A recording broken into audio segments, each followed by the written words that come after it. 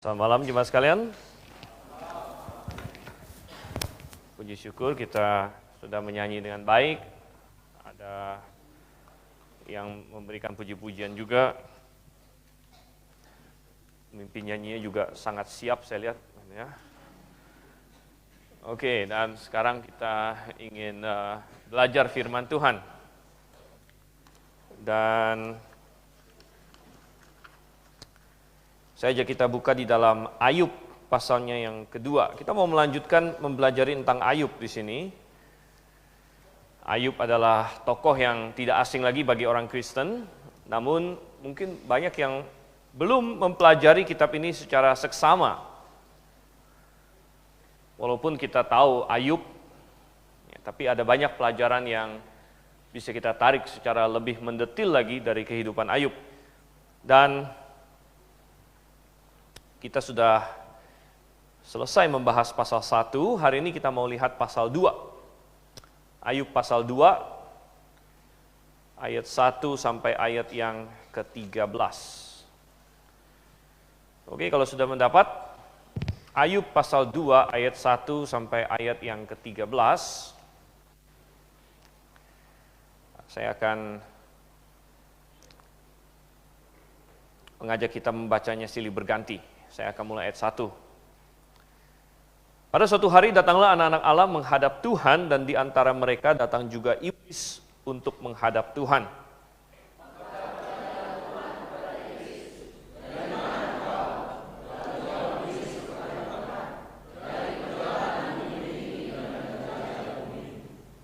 Firman Tuhan kepada iblis, apakah engkau memperhatikan hambaku Ayub? Sebab tiada seorang pun di bumi seperti dia yang demikian saleh dan jujur, yang takut akan Allah dan menjauhi kejahatan. Ia tetap tekun dalam kesalehannya, meskipun engkau telah membujuk aku melawan dia untuk mencelakakannya tanpa alasan.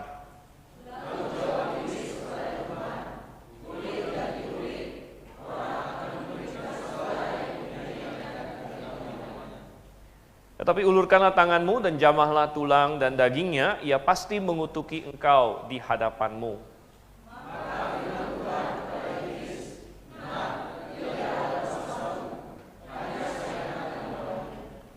Kemudian iblis pergi dari hadapan Tuhan, lalu ditimpanya Ayub dengan barah yang busuk, dari telapak kakinya sampai ke batu kepalanya.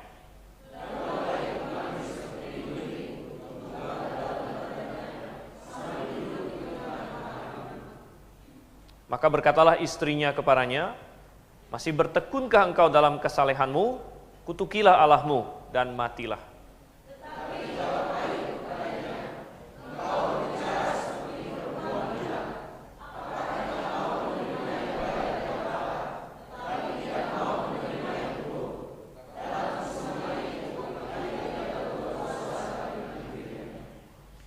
ketika ketiga sahabat Ayub mendengar kabar tentang segala malapetaka yang menimpa dia, maka datanglah mereka dari tempatnya masing-masing, yakni Elifas orang Teman dan Bildad orang Sua serta Zofar orang Naamah. Mereka bersepakat untuk mengucapkan bela sungkawa kepadanya dan menghibur dia.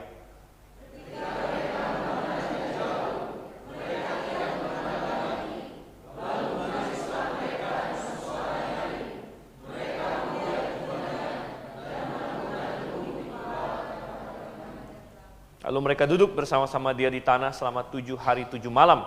Seorang pun tidak mengucapkan sepatah kata kepadanya, karena mereka melihat bahwa sangat berat penderitaannya. Mari kita bersatu dalam doa. Bapa di surga, kami mengucap syukur bahwa ada firman-Mu yang tertulis bagi kami. Dan kami mengucap syukur juga untuk pribadi Ayub. Kami tahu bahwa kisah ini bukan dongeng, bukan mitos, namun Engkau mencatatkan bagi kami apa yang sungguh benar-benar terjadi ribuan tahun yang lalu. Engkau telah menguatkan hamba-Mu Ayub dan kami bisa belajar darinya pada hari ini. Engkau yang tolong Tuhan. Kami berdoa dalam nama Yesus Kristus. Amin. Sebentar, ada yang salah ini. Kenapa tadi mati-mati sebentar. Oke, baik. Dan kita ingin belajar dari pasal 2 di sini. Kalau kita melihat awal dari pasal 2, kita melihat bahwa awal pasal 2 ini hampir sama dengan apa yang terjadi di pasal 1. Artinya peristiwa yang hampir sama terulang kembali, yaitu pada suatu hari katanya anak-anak Allah datang menghadap Tuhan. Dan kita sudah belajar bahwa anak-anak Allah di sini mengacu kepada malaikat. Ini juga menjawab mengenai anak-anak Allah yang ada di Kejadian pasal 6. Jadi istilah yang dipakai persis sama di sini, yaitu anak-anak Allah. Dan anak-anak Allah, malaikat-malaikat menghadap Tuhan, dan salah satunya termasuk Satan, yang diterjemahkan iblis oleh LAI di sini adalah Satan dalam bahasa aslinya, artinya musuh. Dan kita tahu bahwa Satan itu memang awalnya malaikat juga. Dia adalah seorang malaikat yang kemudian jatuh memberontak kepada Tuhan. Dan seolah-olah ini sudah pernah terjadi, dan memang sudah pernah terjadi, yaitu seri pertama. Seri pertama ketika iblis datang, dan kemudian Tuhan berbicara tentang, sudahkah engkau melihat hambaku Ayub? Dan ini terulang kedua kali. Dan rupanya kita diingatkan bahwa iblis sudah menyerang Ayub satu kali ketika dia pertama menuduh Ayub. Dia menuduh Ayub sukses teologi, saudara kasih Tuhan. Bahwa Ayub hanya mengikuti Tuhan karena ingin mendapatkan harta benda, karena Tuhan melindungi dia, karena Tuhan kasih dia proteksi, karena Tuhan memberikan dia harta yang begitu banyak, makanya dia ikut Tuhan. Iblis menuduh bahwa Ayub adalah seorang sukses theologian. Dan Tuhan bilang, oke, kita buktikan. Kamu boleh menyerang semua miliknya. Itu terjadi di pasal 1, dan kita bisa melihat kisah hancurnya, boleh dibilang. Harta seseorang mungkin tidak ada orang yang lebih cepat lagi hancur dalam satu hari. Ayub kehilangan segala-galanya. Segala-galanya. Semua yang dia miliki, semua harta bendanya, bahkan sampai kepada anak-anaknya sekalipun. Sungguh suatu hal yang luar biasa mengerikan terjadi kepada dia. Namun rupanya tidak stop sampai di sana, karena ternyata Ayub bukan seorang yang mengikuti sukses teologi. Dia tidak menghujat Tuhan, dia bahkan berkata, Tuhan yang memberi, Tuhan yang mengambil, terpujilah nama Tuhan. Sehingga iblis pasti sangat kesal. Dan muncul di sini kesempatan kedua. Ketika ada lagi pertemuan, anak-anak Allah datang, di situ ada iblis, dan Tuhan kembali memuji Ayub. Tuhan bilang di ayatnya yang kedua, dari mana engkau? Ya, iblis kembali memberikan jawaban yang tidak begitu jelas. Dari perjalanan mengelilingi dan menjelajah bumi. Ayat 3 firman Tuhan kepada iblis, apakah engkau memperhatikan hambaku Ayub? Sebab tiada seorang pun di bumi seperti dia yang demikian saleh dan jujur, yang takut akan Allah dan menjauhi kejahatan. 3 kali sudah Ayub dipuji seperti ini, bahwa dia seorang yang saleh, jujur, takut akan Tuhan. 1 kali dia dipuji oleh narator, 2 kali dia dipuji dari mulut Tuhan sendiri. Dan saudara yang kasih Tuhan, Ayub, Tuhan memuji Ayub. Dan iblis sudah kalah ronde 1 dalam tanda kutip. Dia bilang bahwa Ayub adalah seorang penganut sukses teologi, ternyata tidak juga begitu. Tetapi apakah itu berarti iblis mundur? Oh tidak. Ya, iblis tidak mundur, dia terus, titel dia adalah The accuser of the brethren, pendakwa saudara-saudara kita. Di dalam kitab Wahyu sudah kita baca, dia adalah pendakwa saudara-saudara. Dia adalah pendakwa orang-orang percaya. Dan dia kembali di sini menyerang Ayub. Kali ini dia berkata apa? Ayat yang keempat. Kulit ganti kulit, kulit ganti kulit. Ini adalah suatu peribahasa mungkin yang kita tidak terlalu paham lagi maksudnya apa. Tapi kulit ganti kulit, ya maksudnya mungkin ya kulit hidup seseorang adalah yang paling penting gitu. Orang akan memberikan segala yang dipunyainya ganti nyawanya. Tapi ulurkanlah tanganmu dan jamahlah dagingnya, ia pasti engkau di hadapanmu. Jadi sekarang iblis ganti taktik. Tidak lagi dia menuduh Ayub sebagai seorang sukses teologi yang ikut Tuhan hanya untuk mendapatkan harta benda, tetapi sekarang dia menuduh Ayub bahwa Ayub hanya ikut Tuhan. Ayub tidak mengutuki Tuhan setelah dia kehilangan semua hartanya hanya karena dia takut kepada Tuhan. Artinya dia ketakutan akan Tuhan. Dia takut kalau dia mengutuk Tuhan, Tuhan akan mematikan dia. Sehingga dia berkata bahwa Ayub tidak apa-apa kehilangan semua itu. Dia tidak mau. Dia tidak apa-apa kehilangan semua itu asal dirinya sendiri masih aman. Asal Tuhan tidak mengejar dirinya sendiri. Asal Tuhan tidak membiarkan iblis menyerang pribadinya sendiri, maka tidak apa-apa. Artinya iblis berpendapat bahwa Ayub rela untuk menumbalkan, mengorbankan semua anaknya, hartanya, yang penting dirinya aman, dirinya sendiri baik. Nah, saudara yang kasih Tuhan, dalam membuat tuduhan seperti ini, iblis sebenarnya memikirkan tentang dirinya sendiri. Jadi dia menuduh Tuhan ya, seperti dirinya, dan dia menuduh pengikut Tuhan seperti pengikut dia. Karena biasanya pengikut iblis itu dimotivasi oleh dua hal. Pengikut iblis dimotivasi oleh dua hal. Satu adalah ketamakan, dua adalah ketakutan. Jadi iblis berpikir bahwa pengikut Tuhan juga pasti seperti itu. Kalau Anda lihat orang yang pergi ke dukun, orang yang punya kuasa kegelapan, orang yang pergi ke Dewa Gunung Kawi atau lain sebagainya, apa motivasi mereka? Ada dua ini aja, ketamakan dan ketakutan. Ketamakan karena mereka berpikir bahwa kalau mereka memakai jasa iblis dan sebagainya, jasa dukun, mereka bisa kaya raya. Ini adalah sukses teologi. Atau ketakutan, mereka takut untuk meninggalkan iblis. Mereka kalau sudah terjerat ke dalamnya, mereka kalau sekali sudah melangkah masuk ke dalam dunia okultisme dan lain sebagainya, mereka diancam, mereka merasa diancam. Bahwa mereka tidak boleh meninggalkan ini. Nah, ini seperti kelompok penjahat manapun. Pokoknya kalau ada tempat di mana Anda boleh masuk, nggak boleh keluar, itu bahaya, saudara kasih Tuhan. Kalau tempat yang benar, ya, boleh masuk, boleh keluar juga. Makanya di Grave di sini, ya, kita tidak tahan-tahan orang. Ada orang yang tahan-tahan orang. Nggak boleh ini kan, diikat segala macam. Kalau kamu tidak cocok dengan kebenaran, Anda tidak mau menerima kebenaran, ya oke, apa boleh buat, gitu ya. Kita tidak haruskan orang, karena kita berkata, bahaya, tempat yang boleh masuk, nggak boleh keluar itu bahaya. Itu salah satunya penjara juga seperti itu. Boleh masuk, nggak boleh keluar. Dan iblis menggunakan taktik seperti itu. Taktik ketakutan.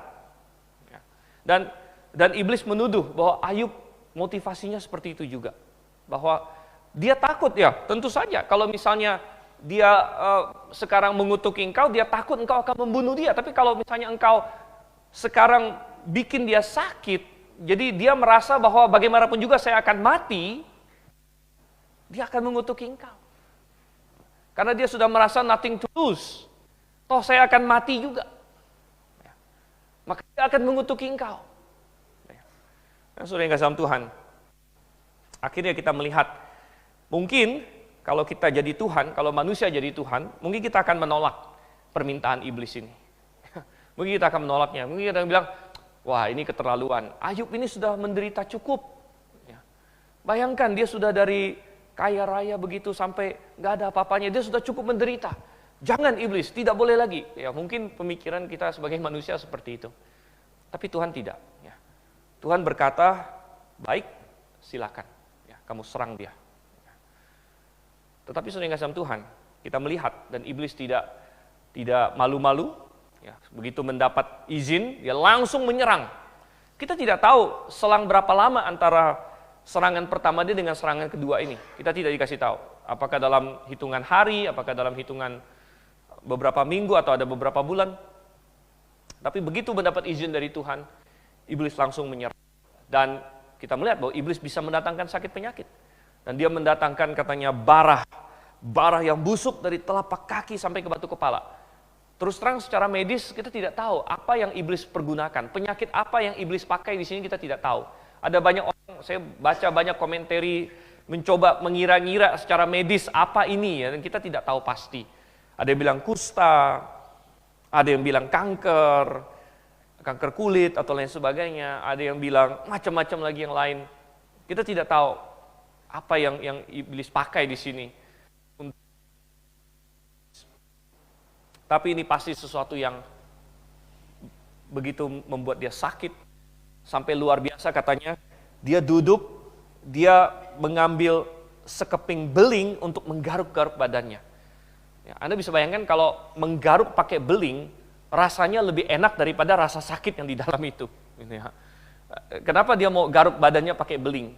Karena ada rasa sakit di dalam yang dia mencoba mengalihkan perhatian dia dari rasa sakit itu dengan rasa sakit beling itu, saudara Tuhan.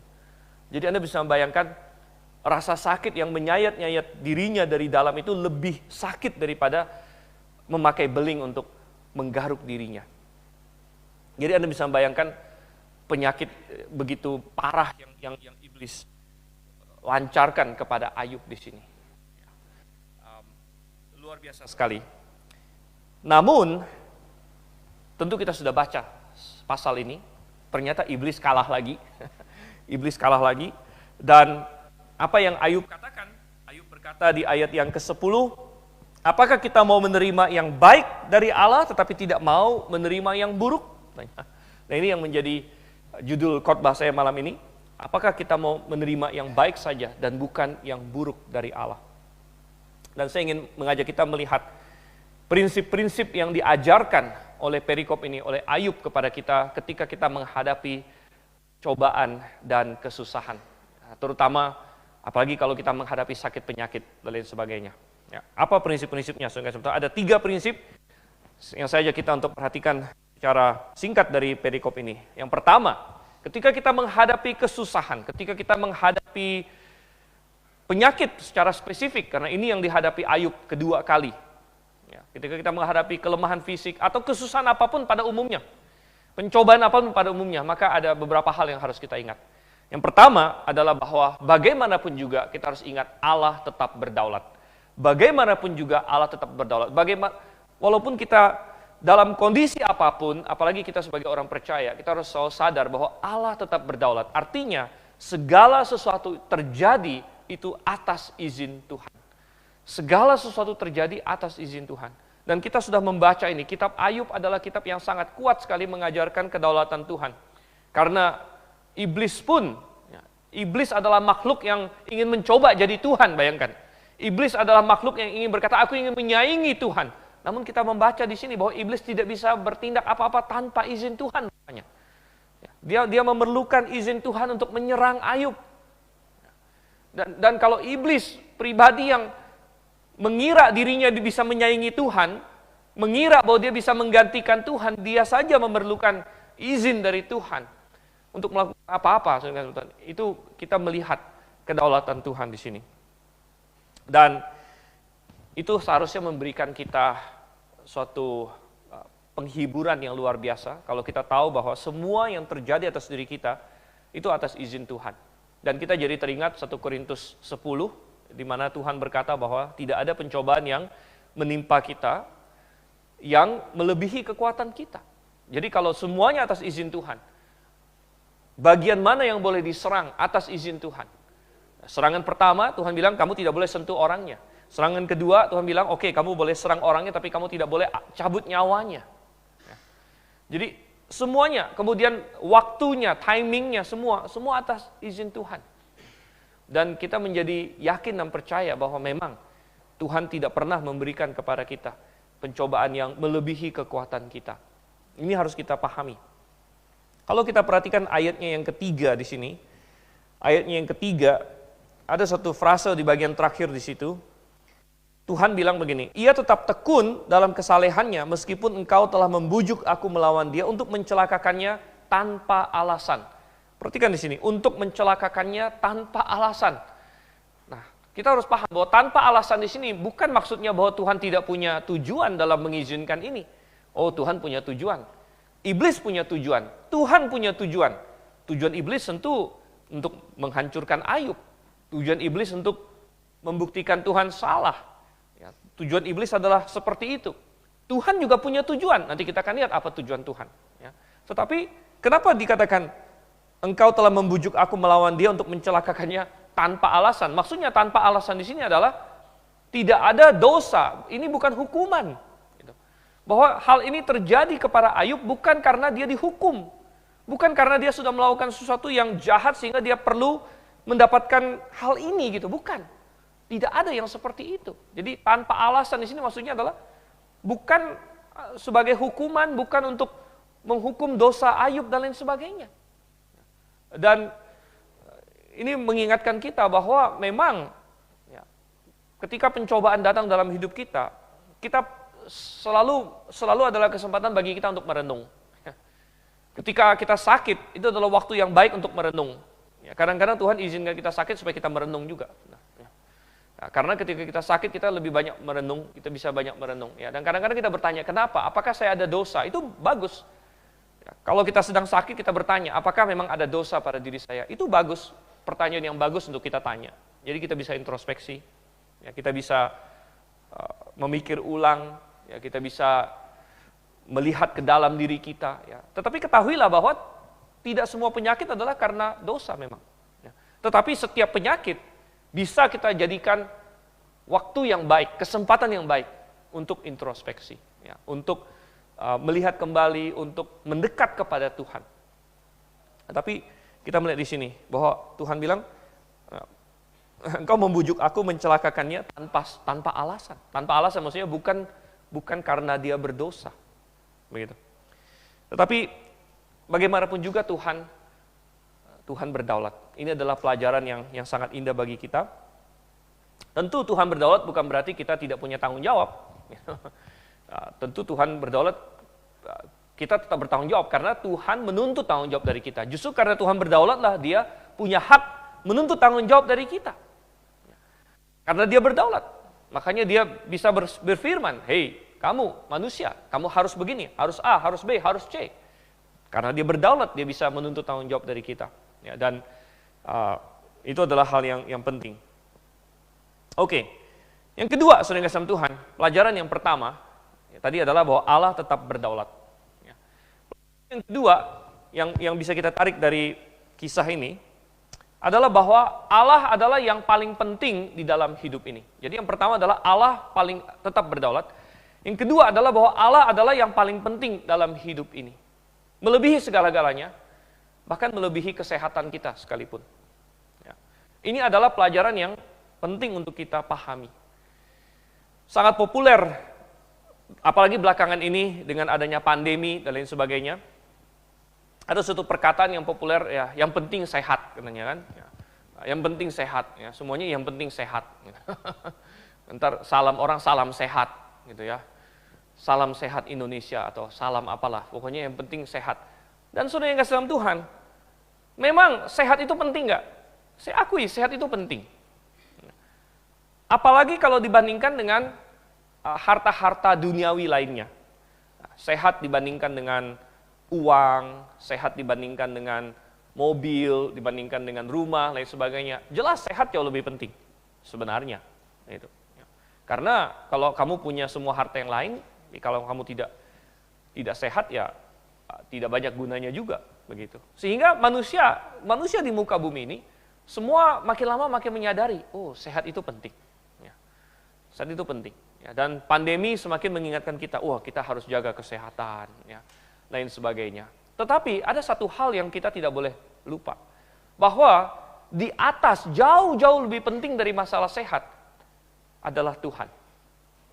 Tuhan jauh lebih penting daripada kesehatan. Tuhan jauh lebih penting. Hubungan kita dengan Tuhan. Hubungan kita dengan Tuhan jauh lebih penting daripada kesehatan fisik kita. Artinya kesehatan rohani jauh lebih penting daripada kesehatan jasmani. Saudara, itu yang Paulus katakan. Paulus katakan di dalam Timotius, dia nasihatkan Timotius, katanya apa? Latihan badani terbatas gunanya. Latihan badani terbatas gunanya. Tetapi kesalehan itu bermanfaat untuk segala sesuatu, katanya.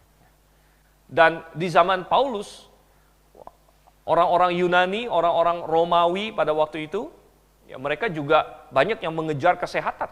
Bahkan saya ada katakan, saya ajarkan di kelas bahwa kata gimnasium, hari ini kan banyak orang nge-gym. Nge-gym, orang bilang nge-gym, ya, membentuk otot, ya. Ada six pack, ya, entah berapa pack begitu, ya. Ya, kalau saya 1 pack aja lah, gitu kan. 1 aja, gendut ke depan, gitu ya. Orang nge-gym, segala macam, gitu ya. Kata gym itu dari mana? Kata gym itu sudah dikenal dari orang zaman dulu. Itu dari kata gumnos. Gumnos itu artinya telanjang. Ya, jadi waktu itu orang-orang Romawi, mereka bikin acara gulat. Tapi semua laki-laki aja waktu itu. Ya, jadi gulat laki-laki, ya, jadi telanjang semuanya. Begitu. Jadi dari kata gimnasium itu artinya telanjang sebenarnya. Tempat telanjang. Begitu. Ya, jadi dari zaman dulu orang sudah mengejar kesehatan. Apakah itu hal yang baik? Baik juga. Tetapi kita harus ingat apa? terbatas gunanya. Terbatas gunanya, yaitu untuk dunia yang sekarang ini saja. Gitu. Terbatas gunanya. Dan hubungan kita dengan Tuhan jauh-jauh lebih penting. Jauh-jauh lebih penting daripada kesehatan jasmani kita. Dan jangan pernah kita demi kesehatan jasmani mengorbankan hubungan kita dengan Tuhan, kedekatan kita dengan Tuhan. Jangan pernah. Jangan pernah karena kita mau sehat dalam tanda kutip, kita meninggalkan berjemaat misalnya. Ya. Ada orang yang bilang, oh kalau hari Minggu pagi itu adalah paling enak olahraga katanya. Ada car free day, wah. Ya. Jadi hari Minggu car free day, saya bisa lari pagi. Ya, lari pagi bagus nggak? Bagus ya. Tapi kalau sampai tidak berjemaat, itu repot. Itu berarti kita mengutamakan kesehatan jasmani dibandingkan dengan kesehatan roh. Ya. Demikian juga dengan hal-hal yang lain. Ya. Main badminton, bagus. Tapi kalau gara-gara main badminton nggak pergi ke gereja, nggak berjemaat, ya, apakah itu hal yang bagus lagi? Gitu. Ya tidak. Saya orang yang suka olahraga, semua olahraga saya suka. Hampir semua lah. Ya. Olahraga catur aja saya suka. Sehingga istri saya tanya, ini olahraga atau bukan, gitu kan? Ya, karena menggerakkan catur, gitu kan? Ya. Ini olahraga catur, gitu, ya. Mau apapun saya suka, pingpong saya suka, berenang saya suka, semua saya suka. Ya. Hampir tidak ada olahraga yang saya tidak suka. Gitu. Ya, cuman, ya banyak olahraga yang jarang-jarang saya lakukan karena nggak ada kesempatan. Gitu kan? Nah, tapi ya, kalau demi olahraga kita lalu mengorbankan hubungan kita dengan Tuhan, wah itu tidak seimbang. Kita rugi. Ya. Kita rugi besar kalau seperti itu. Ya. Dan tentu, ya, kalau kita lebih mengutamakan kesehatan, bagaimana kita bisa bahkan siap mati bagi Tuhan? Ya. Karena kesehatan yang paling utama adalah masalah hidup dan mati bahkan. Ya. Dan ya, sesehat-sehatnya kamu, ya, kalau kamu didor, ya mati juga. Sesehat-sehatnya kamu, kalau kamu dipenggal, mati. Ya. Jadi, bagaimana dengan para martir? Ya. Apakah mereka tidak mengutamakan kesehatan? Ya. Jadi, kalau didor, itu mati karena keracunan timah. Ya. Timahnya masuk ke otak, gitu kan? Nah, ini namanya ini didor, keracunan timah, gitu ya. Mati karena keracunan timah, ya. Karena ditembak. Ya. Tapi saudara yang kasih Tuhan, ya, bagaimana dengan para martir? Ya. Apakah mereka, kenapa kamu tidak, bukankah kesehatan hal yang penting? Oh ya, ya. Kesehatan hal yang penting, ya. Hidup hal yang penting. Ya. Tetapi ya, hubungan saya dengan Tuhan itu jauh lebih penting lagi, ya. Jauh lebih penting daripada kesehatan sekalipun. Dan Ayub mengajarkan hal ini kepada kita. Ayub memahami ini, bahwa sekalipun dia dalam kondisi sakit yang sesakit-sakitnya, yang sedang menderita, tapi dia tetap, dia hubungan dia dengan Tuhan, dia tetap mau jaga dengan segala daya upaya.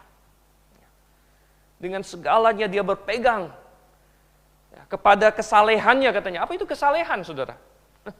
Apa itu kesalehan? Kesalehan itu berbicara mengenai hubungan yang benar dengan Tuhan. Itu inti kesalehan yang sesungguhnya, hubungan yang benar dengan Tuhan. Sekarang kita masuk ke poin yang ketiga.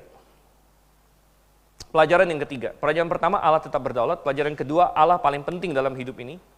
Pelajaran yang ketiga adalah bahwa Allah jauh lebih berhikmat dari kita. Allah jauh lebih berhikmat dari kita.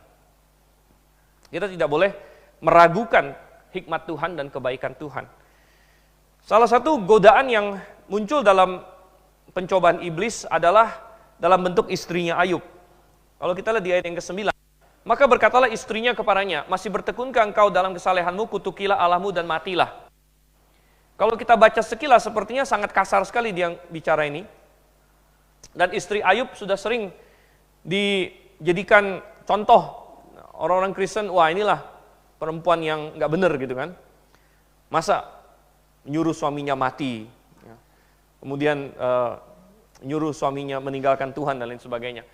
Tapi kita tidak boleh terlalu keras menghakimi istri Ayub atau nyonya Ayub di sini. Ya. Karena jarang dari antara kita yang pernah ada dalam posisi dia. Kita harus ingat bahwa semua kehilangan Ayub adalah kehilangan dia juga. Seberapa banyak iblis menyerang Ayub, seberapa banyak itu juga iblis menyerang istrinya sebenarnya. Semua harta Ayub adalah harta dia. 10 anak Ayub adalah anak dia juga. Jadi istri Ayub juga sudah mengalami kehilangan yang luar biasa sekali. Dan kemudian setelah itu dia melihat sekarang suaminya kena penyakit yang luar biasa, dan istri Ayub kan tidak dengar percakapan iblis dengan Tuhan.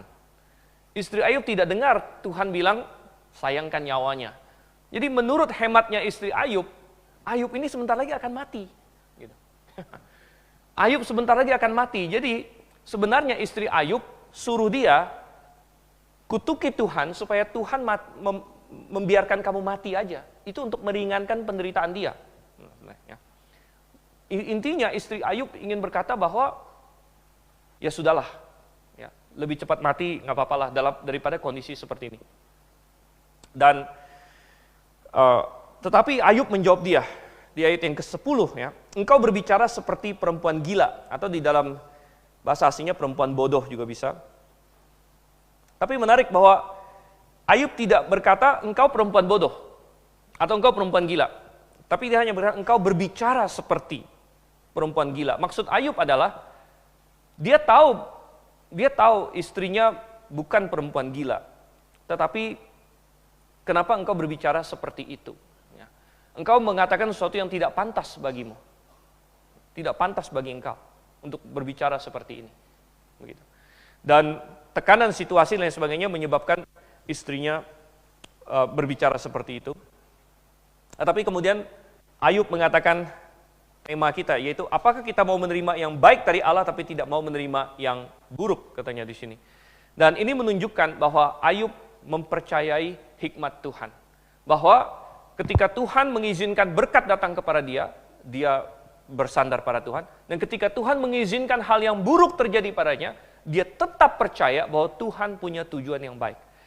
Dan dia tetap percaya bahwa Tuhan punya suatu maksud, walaupun dia tidak ngerti apa itu maksud itu. Bahkan nanti di sepanjang kitab Ayub kita akan melihat bagaimana Ayub mencoba untuk mendapatkan jawab dari Tuhan. Tuhan kenapa? Tuhan kenapa? Ya, jawab aku kenapa? Ayub tidak tahu kenapa, namun dia tetap percaya bahwa Tuhan punya tujuan.